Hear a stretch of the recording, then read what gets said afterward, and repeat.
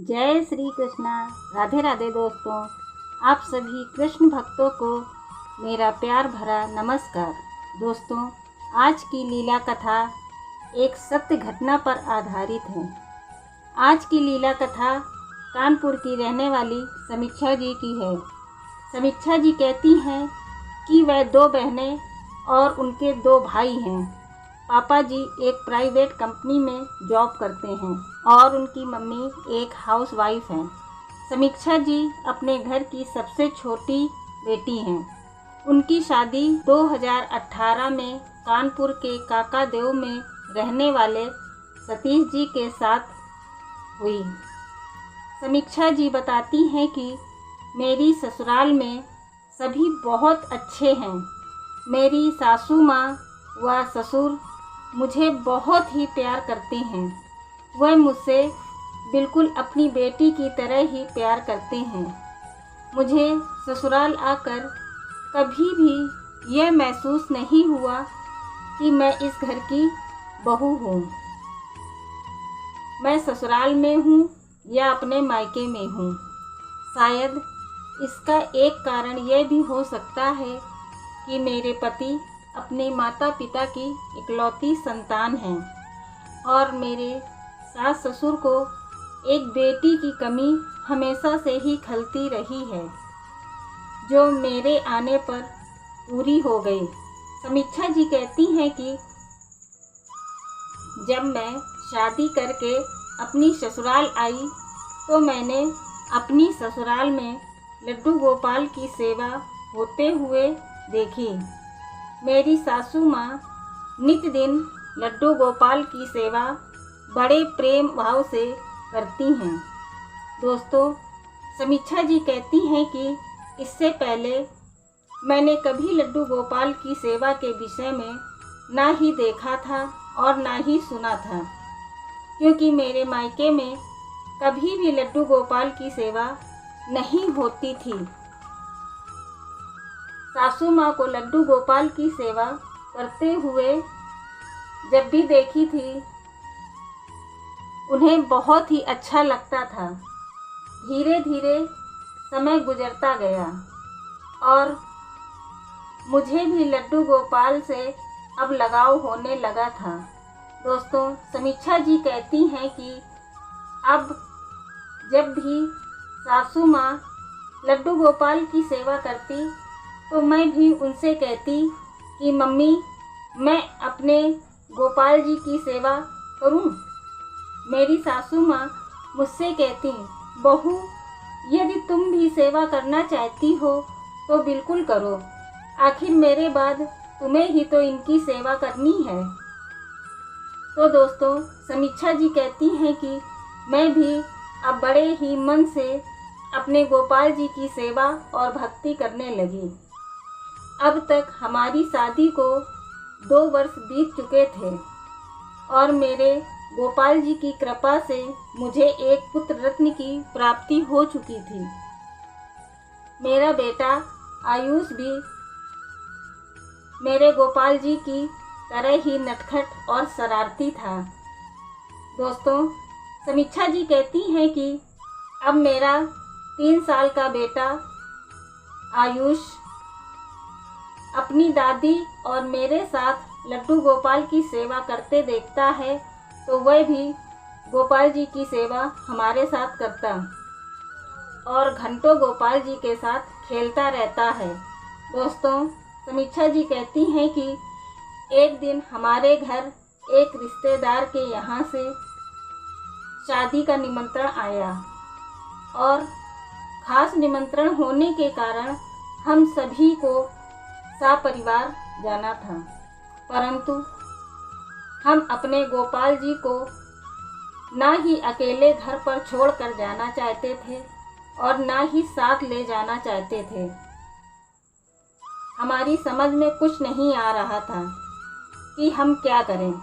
मेरी सासू माँ मुझसे कहती हैं कि बहू, ऐसा करो, तुम सब सतीश और सतीश के पापा शादी में चले जाओ, मैं घर पर ही रुक जाती हूँ।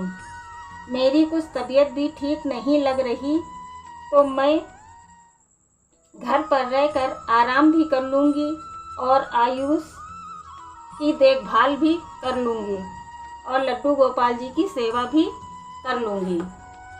सासू माँ के कहने पर हम तीनों शादी में चले गए और घर पर मम्मी जी, आयुष और गोपाल जी ही रह गए।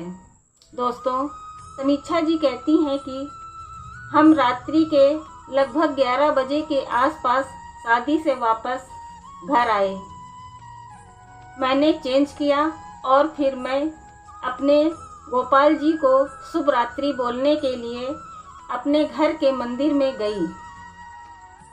दोस्तों, गोपाल जी को शुभ रात्रि बोले बिना मैं कभी भी नहीं सोती हूँ।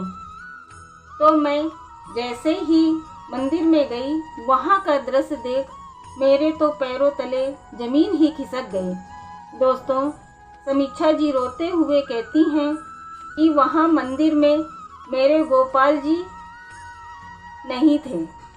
मैं ज़ोर ज़ोर से रोने लगी। मेरे रोने की आवाज़ सुनकर मेरे घर वाले दौड़कर मंदिर में आ गए। मेरी सासू माँ कहती हैं, क्या हुआ बहू, तुम रो क्यों रही हो? मैं रोते हुए मंदिर की ओर इशारा करती हूँ। मेरे मुंह से शब्द ही नहीं निकल रहे थे। मंदिर में गोपाल जी को न देख कर घर के सभी लोग परेशान हो गए कि आखिर इतनी रात को गोपाल जी कहाँ जा सकते हैं। दोस्तों, समीक्षा जी कहती हैं कि मेरा गोपाल जी के बिना रोक रोक कर बुरा हाल हो रहा था और घर के सभी लोग गोपाल जी को पूरे घर में ढूंढ रहे थे, पर मेरे गोपाल जी कहीं नहीं मिल रहे थे। रात्रि के 1 बज चुके थे। मेरे ससुर जी कहने लगे, जाओ अब सभी लोग जाकर अपने अपने कमरे में सो जाओ, हम सुबह फिर से गोपाल जी को ढूंढेंगे। आखिर गोपाल जी यहीं कहीं होंगे और हमें मिल जाएंगे। तुम सब परेशान मत होना। हम सभी अपने अपने कमरे में आकर लेट गए, पर मेरी आंखों में नींद कहाँ। मैं तो अपने गोपाल जी को याद करके बस रोए जा रही थी। रोते रोते पता नहीं कब मेरी आंख लग गई, मुझे पता ही नहीं चला। अचानक मुझे ऐसा दिखाई देने लगा कि जैसे एक छोटा सा बच्चा जो बर्फ में लेटा हुआ है मुझसे बार बार कह रहा है कि मैया, मुझे बहुत ठंड लग रही है, मुझे बाहर निकालो। मैया, मुझे बहुत ज़ोरों की ठंड लग रही है, मैया मुझे बाहर निकालो ना। ओ मैया, मुझे बाहर निकालो ना। और अचानक मेरी आँख खुल जाती है और मैं फिर ज़ोर ज़ोर से रोने लगती हूँ। दोस्तों, समीक्षा जी कहती हैं कि मेरे रोने की आवाज़ सुनकर मेरे पति भी जाग जाते हैं और घर के बाकी सदस्य भी दौड़कर मेरे कमरे में आ जाते हैं और मैं उन्हें अपने सपने की पूरी बात बताती हूँ। मेरी बात सुनकर अचानक मेरे पति किचन की तरफ भागे। मैं भी उनके पीछे पीछे जब किचन में पहुँची तो मेरे पति ने जैसे ही फ्रीजर खोला, मेरी आंखें फटी की फटी रह गई। फ्रीजर में मेरे गोपाल जी लेटे हुए थे। हमने उन्हें जल्दी से फ्रीजर से बाहर निकाला। उनका सारा बदन ठंडा पड़ चुका था और वह बर्फ की तरह ठंडे हो चुके थे। दोस्तों, समीक्षा जी कहती हैं, हमने उन्हें पोंछकर आग जलाई और आग के किनारे गर्म तेल से उनकी मालिश की और फिर उन्हें गर्म कपड़े पहनाकर गर्म गर्म दूध पिलाया और फिर रजाई उड़ाकर सुलाया। अब हमारे मन में ये प्रश्न आया कि गोपाल जी आखिर फ्रीजर में कैसे पहुँचे। तभी मेरी नज़र अपने 3 साल के बेटे आयुष पर पड़ती है, जो इस घटना से अनजान बड़ी ही मासूमियत के साथ सो रहा था। और मैंने अपनी सासू माँ से कहा कि मम्मी जी, आपने आयुष को गोपाल जी को नहीं देना चाहिए था। मेरी सासू माँ बोली, बहू, आयुष बहुत ही जिद कर रहा था कि वह गोपाल जी के साथ खेलना चाहता है और मेरी तबीयत भी ठीक नहीं थी। इसी कारण मुझे पता ही नहीं चला कि कब मेरी आंख लग गई और आयुष ने कब गोपाल जी को फ्रीजर में रख दिया। दोस्तों, आप सभी भक्तों से मेरा हाथ जोड़कर निवेदन है कि गोपाल जी हमारे भगवान हैं, हमारे लाला हैं। उन्हें अपने बच्चों को खेलने के लिए बिल्कुल भी ना दें। वह कोई खिलौना नहीं है, उनमें भी प्राण होते हैं। तो उनका अच्छे से ख्याल रखें और उनका स्थान ऐसी जगह बनाएं जो बच्चों की पहुंच से बहुत दूर हो। तो दोस्तों, आज की लीला कथा कैसी लगी है, हमें कमेंट करके ज़रूर बताएं। लीला कथा अच्छी लगी है तो वीडियो को एक लाइक अवश्य करें। दोस्तों, आपके लाइक और कमेंट से ही हमारा मोटिवेशन बढ़ता है। यदि चैनल पर नए हैं तो चैनल को सब्सक्राइब करना बिल्कुल भी ना भूलें। दोस्तों, यदि आपके जीवन में भी घटी है ऐसी कोई लीला तो हमें इंस्टाग्राम पर मैसेज करें, हम आपसे संपर्क करेंगे और आपकी लीला कथा को अपने चैनल के माध्यम से अपने भक्तों तक अवश्य पहुंचाएंगे। तो मिलते हैं अगली लीला कथा में, तब तक के लिए हमें दीजिए इजाज़त।